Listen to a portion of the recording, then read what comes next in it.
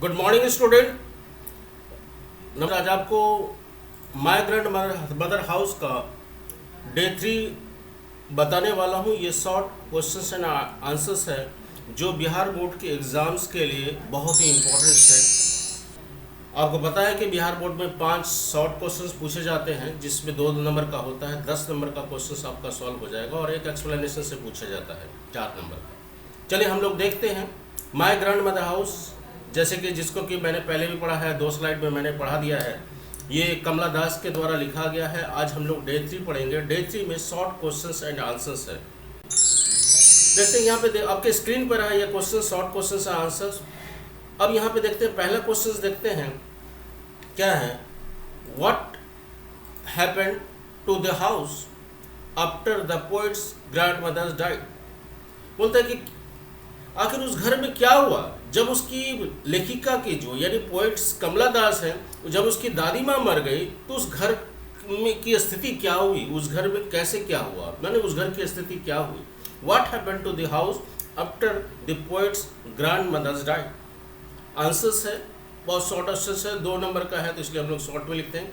After the poet's grand mother died यानी कि लेखिका की दादी माँ के मरने के बाद The house withdrew into silence, बहुत इंपॉर्टेंट लाइन्स है, and darkness। ये जो घर जो है वो साइलेंस में एकदम बिल्कुल ही शांत हो गया। एंड डार्कनेस, वहाँ अंधेरा छाया, अंधेरा हुआ और बिल्कुल ही साइलेंस हो गया, बिल्कुल ही शांत हो गया।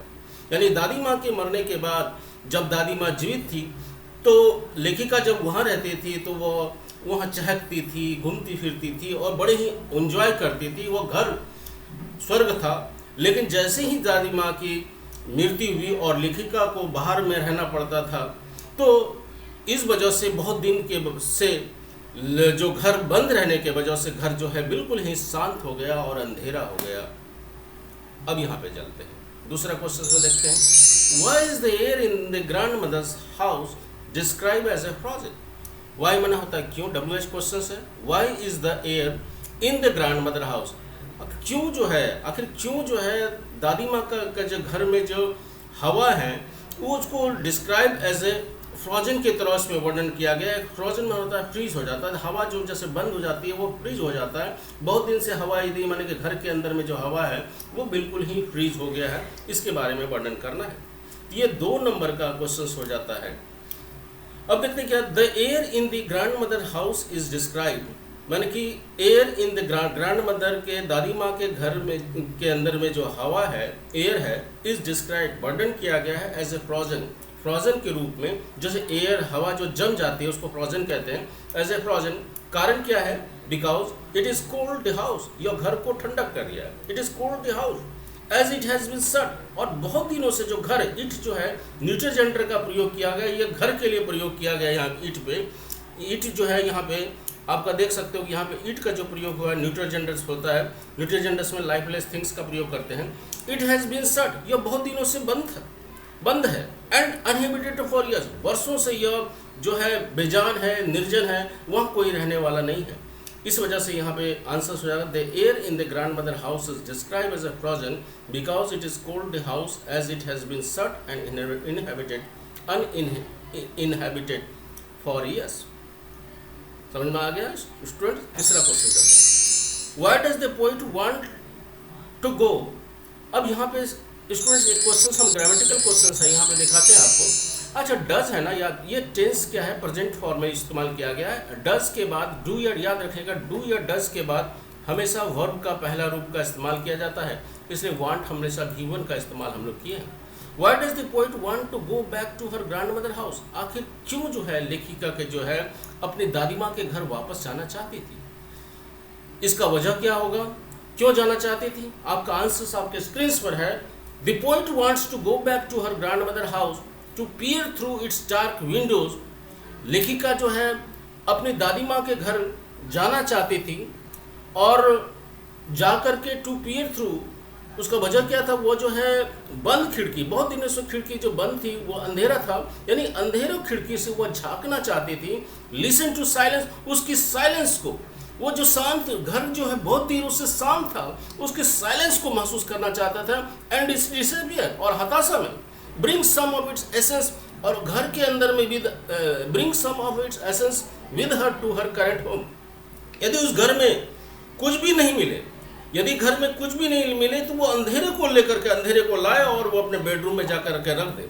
Bring some of it essence, उसकी जो एसेंस को वो क्या करके लाए विद हर, अपने साथ टू हर करंट रूम, और अपने जो वर्तमान में जहाँ पे रह रही है उसको ला करके वो अपने घर में रख दे।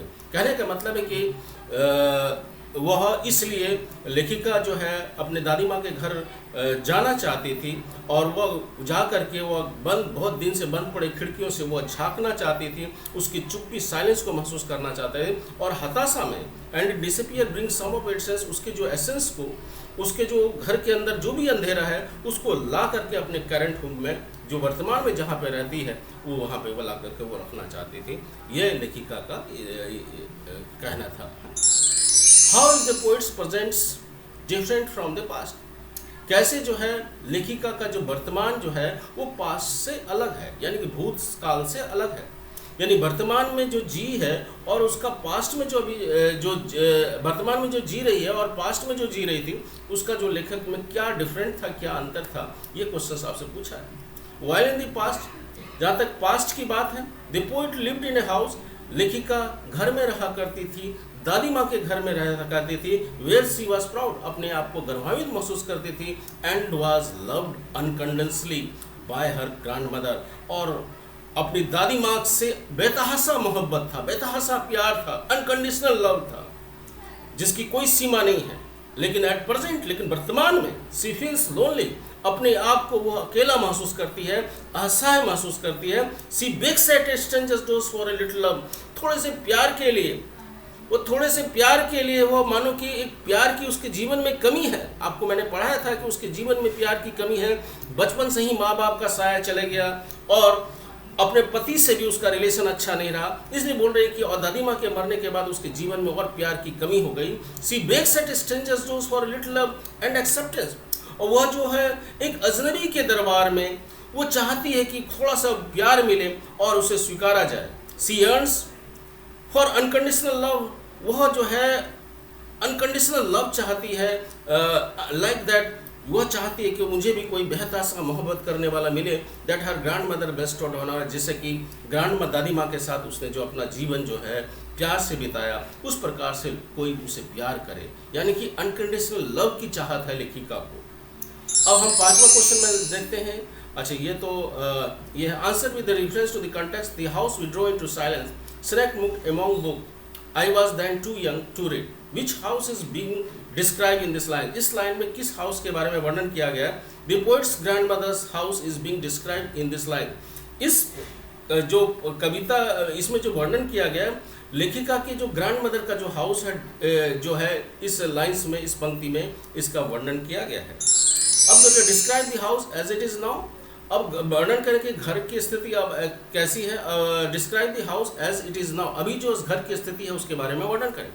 द हाउस इज डार्क, घर की स्थिति क्या हो गई, दादी माँ के मरने के बाद घर जो है अंधेरा हो गया, कोल्ड हो गया, कोल्ड एंड अनहेबिटेड नाउ, और निर्जन हो गया, वहाँ कोई रहने वाला नहीं है। It has withdrawn into silence, और घर बिल्कुल ही शांत हो गया।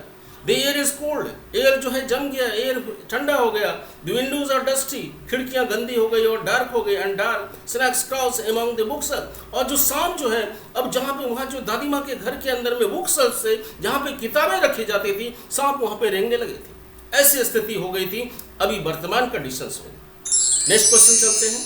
अब यहाँ पे देखिए कि हम लोग जो है नेक्स्ट स्लाइड्स में आपको हम बताएंगे, आपको ऑब्जेक्टिव क्वेश्चंस कराएंगे नेक्स्ट डे 4 में। थैंक यू फॉर आप लोगों ने वॉच किया, देखा, थैंक यू सो मच। और ये एग्ज़ाम पॉइंट ऑफ व्यू से बहुत ही ज़्यादा इम्पोर्टेंट है, इसको आप लोग लिख लीजिएगा, पढ़ लीजिएगा, ठीक है। Thank you.